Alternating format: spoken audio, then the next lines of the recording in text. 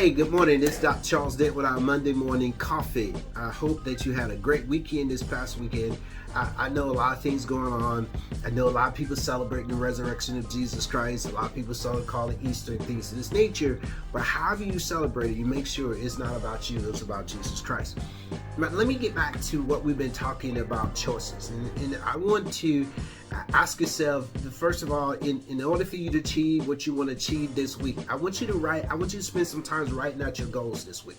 I want you to talk about what is it that you want to achieve in this week, and then what kind of results you want to get. All right, so you got to make a list of it. You got to take some time out.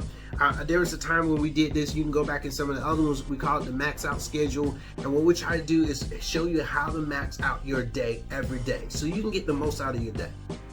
A lot of times we're all over the place trying to figure out certain things, but you got to build a level of commitment to that. So we're going to talk about this day is how do you build commitment? How do you build commitment to achieving your goals? Now, mind yourself, you got to deal with your distractions. You're going to have distractions, and one of the biggest distractions is your own self. So let's deal with this. All right. So now, what is the first thing I want to ask in building commitment? What is my degree of commitment? Am I in it all the way? I'm a little bit in it. I'm not fully committed. So I got to look at that. If I'm fully committed, I need to do some things. Number one, I need to be intentional. I need to be intentional about what is it that I'm going to achieve this week. I can't just think it's going to be an accident or coincidence that I'm achieving it. I got to be intentional about it. Number two, I need to probably connect with somebody who's going to hold me to another level of accountability. I found out a lot of times in life, if you have somebody walking alongside of you, holding you accountable for the things that you need to accomplish. Like, for example, if you say you're going to walk, somebody say, all right, let's put our tennis shoes on, let's do this. If you need something that's very important to you, you're going to get it done. If it's important to you, if it's a priority to you, you will get it done. Don't ever tell a person, well, I forgot to do this. No, it was not important. It was not a priority. Now, let me share this story with you. I remember when I was working in a restaurant in Augusta, Georgia. It was Masters Week. I never forget that. It was Masters Week, and there was about 4 or 5 guys at a table. And they were about in their late 30s, early 40s. And they were saying, because I overheard the conversation, they said, man, I wish I would have known this when I was 16, 17 years of age. I was 16 at the time, and I just overheard the conversation, and I butted in. I said, hey guys, I'm 16. Why won't you teach me? Well, nobody taught me. So when I got in the military, everything of that nature, I think the biggest issue that I realized today is I should have had a life coach. And I know everybody today call themselves life coaches and things of that nature. Everybody, because you know when a thing come out, a fad come out, everybody want to jump on board. That's just the norm of how society shifts. And then everybody want to be a life coach. Everybody want to do this and do that. It's not a matter of everybody wants to do it. You have to find the person that you need in your life that's going to hold you accountable to another level of your commitment. Just connect with that person and recognize that you need that person. So number one, you got to be intentional. Number two, you got to have the right connections. And so you get connected with somebody who's going to get you there. The third thing you got to do is this. You got to be decisive. You got to know how to make decisions and go with it. You got to make a decision. I'm going for this week. I'm going to do this week. I'm not going to let anything get in my way. I got to make some good decisions. You got to be decisive, because you're all over the place. You're not going to finish anything. And I give an example. Last week, I was cutting the grass, and I said I was tired. I mean, I had been in the yard, been cutting down trees and doing things to this nature in our yard. I mean, I was exhausted. I was just at the brink of saying, I'm through for the day. And so I got to the backyard, and I said, hey, wait a minute, I'm going to finish this. Because why? I said, I don't want to wake up tomorrow and say, I should have got it done yesterday. I made it a priority. I got the strength, got the energy, because I changed how I was thinking about it. I was no longer tired. I motivated myself to say, I'm going to get this done. I made a decision and got it done. And boy, does it look good. I'm not saying that because I did it, but because I put energy and effort in it, it gave me the results I wanted. I had, number one, if looking at my commitment, first of all, I got to be intentional. Number two, I got to get connected to someone who's going to hold me accountable to a different level. And then number three, I got to be decisive.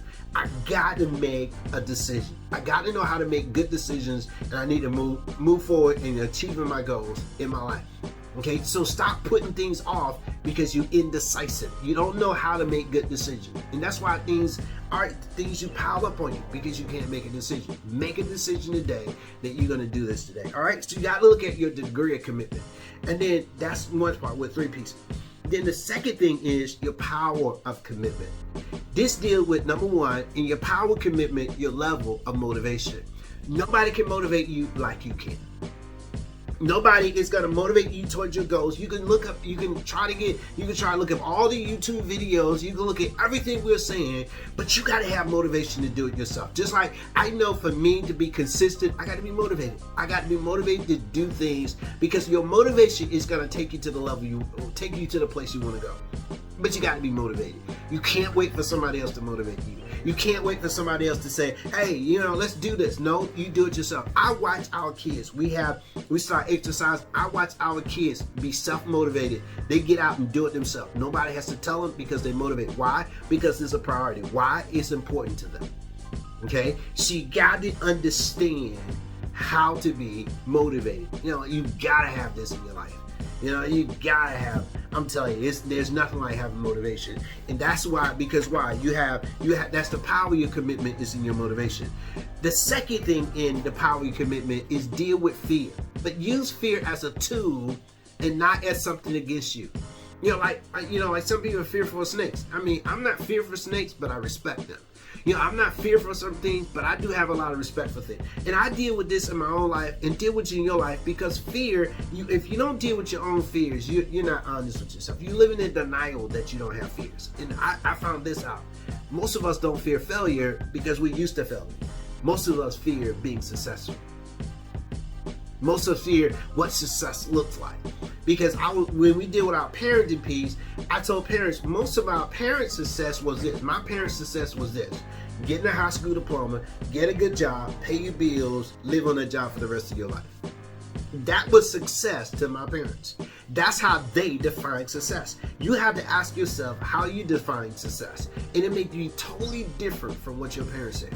And so your power commitment, deal with your fears. Because a lot of times you got to deal with that. Because sometimes you beat yourself up over your head. If you didn't do it yesterday, forget it. You didn't do it last week, forget it. Just take it into this week. Let's get it done this week. Let me tell you something. Don't beat yourself up over this situation. And stop doing it if you're a person that's constantly beating yourself up over things you did not accomplish in your life. And here's the key thing. Stop living with regrets. Here's the regrets. I should have done this. I wish I would have done that. Those are regrets. I want you to get rid of those. I should have. I wish I would have done.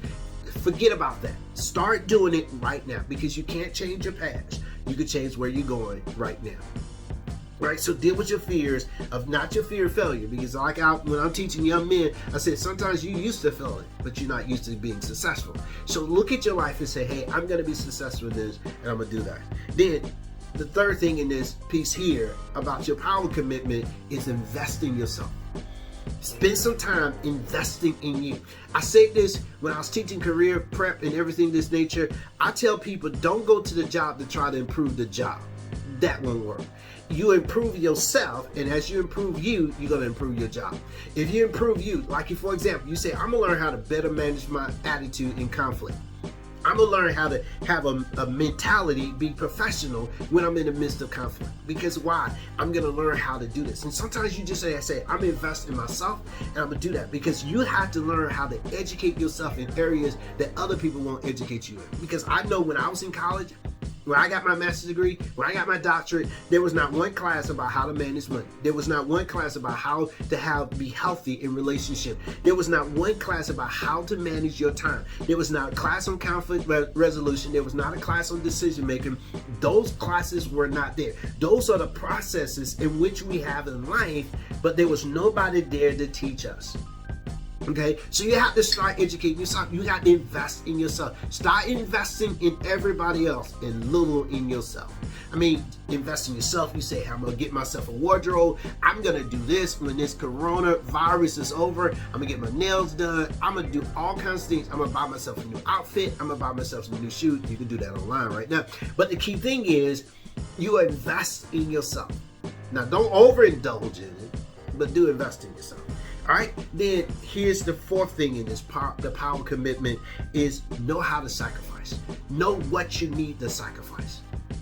Sometimes you just need to sacrifice your TV time. You need to sacrifice some other stuff, some cell phone time or whatever. But you got to know how to sacrifice, because why? If you learn how to sacrifice, you'll see that successful people know what to sacrifice. I remember doing Kobe Bryant Mamba mentality. Kobe said he wouldn't sacrifice his family. He wouldn't sacrifice his time with his children, but he would sacrifice sleep to get where he wanted to go. So that's sometimes we don't want to sacrifice. Sometimes we sleep too much. Okay, and then you get healthy sleep, you'll be better off anyway. So the key thing is you got to know what you're going to sacrifice to get where you need to go. And then my last thing in this piece here about the power commitment, and this is my last piece, is prepare and plan. Plan and prepare. There's nothing like preparing yourself for your day. There's nothing like planning your day. There's nothing like spending time and energy. Take that 20 minutes before you go to bed at night, or an hour, shut down mode, but plan your next day. Plan, hey, I'm planning on doing A, B, and C today. Now, Monday morning schedule, I already got it planned.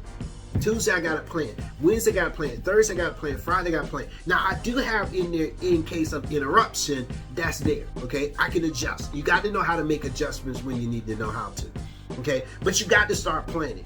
You'll never know what's going to happen when you plan. Because what's the old cliche? If you fail to plan, you plan to fail. All right, so you got to start planning. Then you got to have, in your plans, you got to have a strategy. I'm going to do this on Monday, this on Tuesday, this on Wednesday. I'm going to walk Monday. I'm going to run Tuesday. I'm going to do something, exercise, okay? So you got to have a plan. You got to have a strategy to go with it. You got to have tactics to go with the strategy and everything, because I got long-term, short-term plans. So you got to have that as you deal with this. Hey, listen, I'm wrapping this up. Preparation is everything. Earl Nightingale said this one time. He doesn't believe there's luck. Luck is opportunity meeting preparedness. The better prepared you are when this coronavirus is over, guess what happened? You don't know what opportunity may be knocking on your door next. But prepare yourself in this season while you have the chance. Hey, this is Dr. Charles Dent with our Monday morning coffee, and I say to you, have a blessed week this week. Inbox me, talk to me, share something with me. If you need my help as a coach, ask me. You never know what we can do together. All right, God bless.